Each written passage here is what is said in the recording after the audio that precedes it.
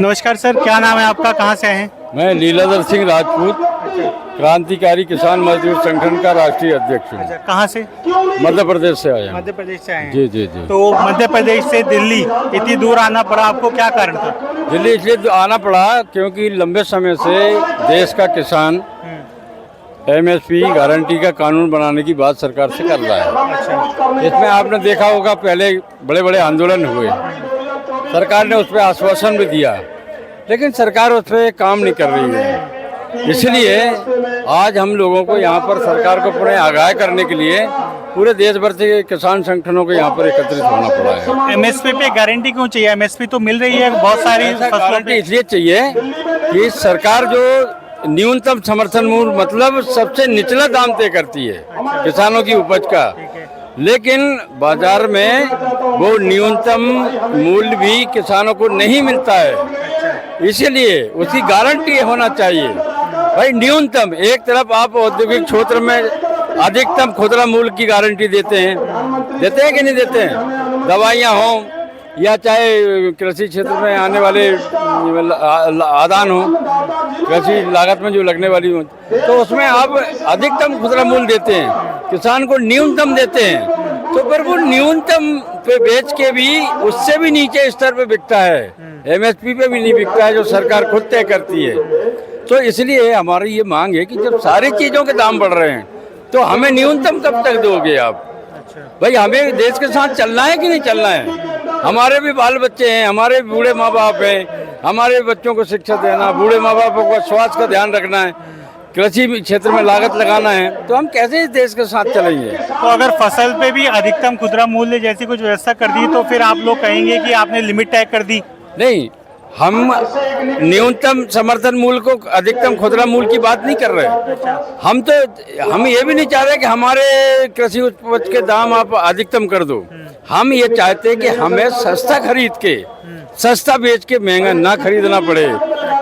हम चाहते हैं कि हमारी कृषि के जो दाम सरकार तय करती है, औद्योगिक उत्पादनों के दाम भी उसी अनुपात में तय करें। अर्थात हमारा ये कहना है कि आप ऐसा दाम तय कीजिए कि मुनाफा फिक्स कर दीजिए कि कोई भी किसान हो, चाहे व्यापारी हो, चाहे उद्योगपति हो, एक निश्चित प्रतिशत में ये उसको आमदनी मिलेगी, इससे ज़्यादा नहीं कर सकता वो।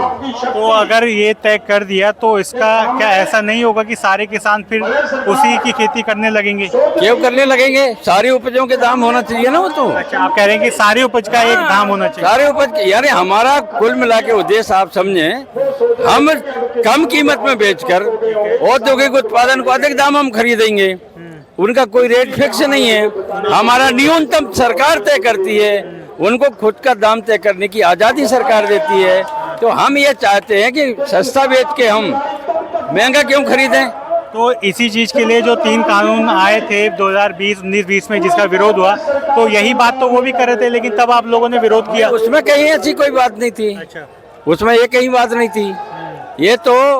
ये जो किसानों को गुमराह करने के लिए वो कानून बनाए गए थे। सरकार तो कह रही थी कि अब किसान को अपनी फसल का मोल खुद तय कर सकता है। किसान ऐसे कर सकता है? सरकार कह रही कैसे तय कर सकता है किसान, बताइए?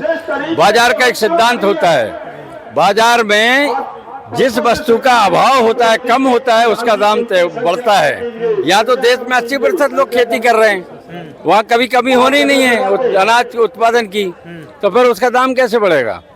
आपने सरकार ने तय किया है ना, तो वो लाभकारी दाम क्यों नहीं तय करती है? तो 80% लोग खेती कर रहे हैं जो आपने बताया, वैसे सरकारी आंकड़ा 60 से 65% का रहता है। देखिए, सरकारी आंकड़ा कुछ भी हो, लेकिन 80% आबादी आज भी प्रत्यक्ष या अप्रत्यक्ष रूप से खेती पर निर्भर है और उससे जुड़ी हुई है, इसलिए उसको नकारा नहीं जा सकता है। तो खेती में जब 80% लोग कर रहे हैं, इतना कंपटीशन है और उसकी वजह से आपको सही दाम नहीं मिल पा रहा है, तो ऐसा नहीं हो सकता कि आप लोग उसी प्रोडक्ट को खुद ही प्रोसेस करें, खुद ही आगे बढ़ें, अपनी फैक्ट्री लगाएं इस तरह से? आपका बात सही है, हमने कई बार मांग की है कि ये छोटी छोटी यूनिट है, आप बड़े बड़े कारखानों में रामदेव बाबा और पता नहीं अडानी अंबानी जो भी जिनके यहाँ प्रोसेस हो रहा है, वो छोटी छोटी लघु उद्योग खुलवाए ना गाँव, और वो उनसे आप करें तो उसको बेरोजगारी भी दूर होगी उससे। जो किसान आज खेती नहीं करना चाहते, जो बच्चे उनके वो उसमें लग जाएंगे। अगर गाँव में सुविधा दे दी जाए, खेती को लाभकारी बना दिया जाए, तो ये शहरों में ये कचरे के ढेर पहाड़ खड़े हैं ना, ये इसमें तो कमी आएगी ना। ये जहाँ तहाँ ये झुग्गी झोंपड़ियाँ बनी हैं, ये कौन की बनी है? ये सब गांव के लोग आके यहाँ बस रहे हैं, क्योंकि कोई खेती करना नहीं चाहता, घाटे का काम कोई नहीं करना चाहता। तो हमारा ये उद्देश्य है भारत सरकार से कि इसको गंभीरता से ले। अरे हमारे देश की 140 करोड़ आबादी है, इसको आप लगा दो काम में। आपने कोरोना के टाइम में देखा, सारे क्षेत्र, कारखाने बंद हो गए, रेल बंद हो गई, खेल बंद हो गए, सारा सिस्टम बंद हो गया, खेती बंद नहीं हुई। और उसने दिखाया कि इतनी बड़ी महामारी के समय में खेती ने आपकी जीडीपी में ग्रोथ करके दिखाया। तो ऐसे इतने बृहद बड़े क्षेत्र को, जिस पर बड़ी आबादी टिकी है, उसका आप कैसी उपेक्षा कर सकते हैं? कैसे उपेक्षा करते हैं? वो गांव के लोग आपको कहाँ छेड़ रहे हैं? तो अगर सरकार जिला स्तर पे या राज्य में कुछ छोटी छोटी यूनिट बना दे प्रोसेस करने की, तो उससे किसानों को बहुत सहायता मिलेगी। हमारा ये उद्देश्य है कि इससे क्या होगा, हमारे ग्रामीण अर्थव्यवस्था मजबूत होगी, बेरोजगारी की समस्या कम होगी, सरकार पे बोझ कम होगा, बेरोजगारी का दबाव कम होगा। दूसरी बात ये है कि अगर इतनी बड़ी आबादी को हम उपेक्षित नहीं कर सकते, उसको इस सिस्टम से दूर नहीं रख सकते, क्योंकि उसी बड़ी आबादी का सरकारों को चुनने में बड़ा योगदान है। आप समझते हैं ना, जब जनसंख्या उसकी बहुमत में है तो उसके सरकार बनाने में भी बहुमत का हिस्सेदारी है, फिर उसको आप कैसे उपेक्षा कर सकते हैं उसकी? अभी मंच से जो मैं सुन रहा हूँ, इसमें अमेरिका का नाम बार बार लिया जा रहा है, उसकी क्या? नहीं, अमेरिका क्या चाहता है? देखिए, हमारी सरकारें अमेरिका के दबाव में ही काम कर रही हैं। जो विश्व व्यापार संगठन जो है ना, अब ऐसा क्या है इस देश के अंदर कि अपनी खुद के द्वारा चुनी हुई सरकारें और हमसे विमुख हो जा रही हैं। उसका कारण ये अंतर्राष्ट्रीय दबाव है, क्योंकि हमारे देश की सरकारों ने WTO की सदस्यता ली है 1991-92 में। हमारे देश ने टंकल प्रपोजल को स्वीकार किया, विश्व व्यापार संगठन की शर्तों को स्वीकार किया, उसमें शामिल हुआ है। लेकिन वो बहु विकसित देश जो हैं, वो हम पर दबाव बनाना चाहते हैं, हमारे किसानों को सब्सिडी नहीं देने देते हैं, दबाव बनाते हमारी सरकारों पे। और अब अमेरिका ने ये जो ट्रेड समझौता की बात प्रस्तावित किया है, उसका ये मतलब है कि वहाँ का जो उत्पादन है, खोला आपका बाजार खोलो, यहाँ का हिंदुस्तान का बाजार खोलो हमारे लिए, हमारा अनाज भी आने दो, पोल्ट्री भी आने दो, हमारे दूध डेयरी भी आने दो, मछलियाँ भी आने दो, यानी खुला करिए आप हमारे यहाँ, मतलब आपका टैरिफ कम करिए हमारे लिए।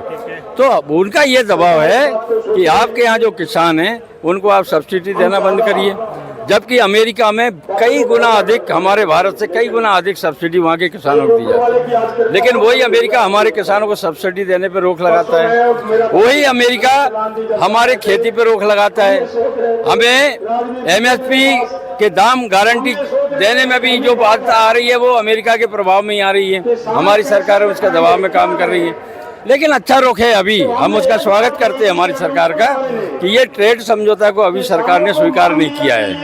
लेकिन स्वीकार किसी भी कीमत में उसको नहीं होना चाहिए, नहीं तो हमारे किसान मारे चले जाएंगे। जब मानिए हमारे यहाँ आज उत्पादन कृषि क्षेत्र में मान लीजिए 20 कुंटल प्रति एकड़ होता है, वहाँ 40 कुंटल प्रति एकड़ होता है। हमारे यहाँ बहुसंख्यक 80% आबादी खेती पर निर्भर है। अमेरिका में मात्र 1-1.5 और बल्कि 2% से अधिक आबादी खेती पर नहीं है। तो वहाँ पूरा खेती जो है वो औद्योगिक क्षेत्र है। हमारे यहाँ जीवन शैली है, कृषि हमारे यहाँ जो है जीवन जीने की पद्धति है, इसलिए उसकी उपेक्षा नहीं होना चाहिए और हमारे देश की रीढ़ है। आप बताइए, अगर किसानों को आपने सही सहूलियत नहीं दी तो वो किसान क्या करेंगे? आत्महत्या करते हैं। हमने आत्महत्या का रिकॉर्ड इस देश में देखा आपने। अन्नदाताओं का, आप अन्नदाता कहते एक तरफ, दूसरी तरफ वो जहर खा के फांसी का फंदा लगा के झूल रहे। तो ये किसान प्रधान देश है, कृषि प्रधान देश है, और यहाँ पर किसानों की ये दुर्गति होगी तो इससे बड़ा अन्याय कोई दूसरा नहीं है। ये जो धरना आप लोग कर रहे हैं, इतनी बड़ी संख्या में लोग आए हुए हैं, अक्सर सरकार का पक्ष ये कहता है कि ये विरोधी दल द्वारा उकसाए हुए लोग हैं। मैं बता रहे हैं, हम मन और वचन मन, वचन और कर्म, ये तीनों से गैर राजनीतिक हैं। ये जो जितने लोग आए हैं ये किसी राजनीतिक दल के सपोर्टर नहीं है। हम न किसी से दोस्ती रखते हैं न किसी से दुश्मनी रखते हैं। जो हमारा संविधान हमको इजाजत देता है, हमारे मौलिक अधिकारों का हमारे को अधिकार देता है, हम उसकी बात करते हैं। हमें विरोध करना पड़े तो सामने कितनी बड़ी ताकत क्यों ना हो, हम विरोध करेंगे, लेकिन हम अनावश्यक विरोध नहीं करेंगे, विरोध के लिए विरोध नहीं करेंगे। बताइए आप, क्या हमारी कीमत नहीं मिलना चाहिए?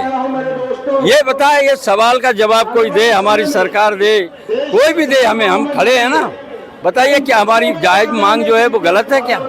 क्या किसानों की फसलों के दाम तय नहीं होना चाहिए? सारी चीजों के दाम तय कर रहे हैं आप, तो हमारा क्या, हम लोग अब हिसाब है क्या? हम किसान यहाँ पर बोझ हैं क्या इस धरती पे, जो आपको अन्न खिला रहा है पूरे देश को? तो ये सरकारों को समझना होगा ना, ये दबाव में हमारे देश को क्यों नुकसान पहुंचा रहे हैं आप?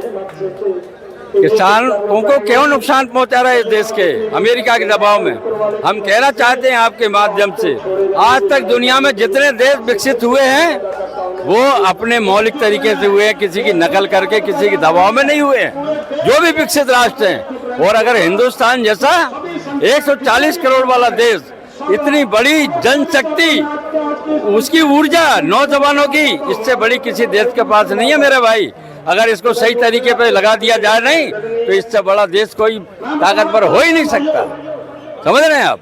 तो इसकी उपेक्षा नहीं होनी चाहिए। इतना बड़ा वर्ग है आपका, इसको उपेक्षा नहीं करता। धन्यवाद सर। धन्यवाद आपको बहुत बहुत।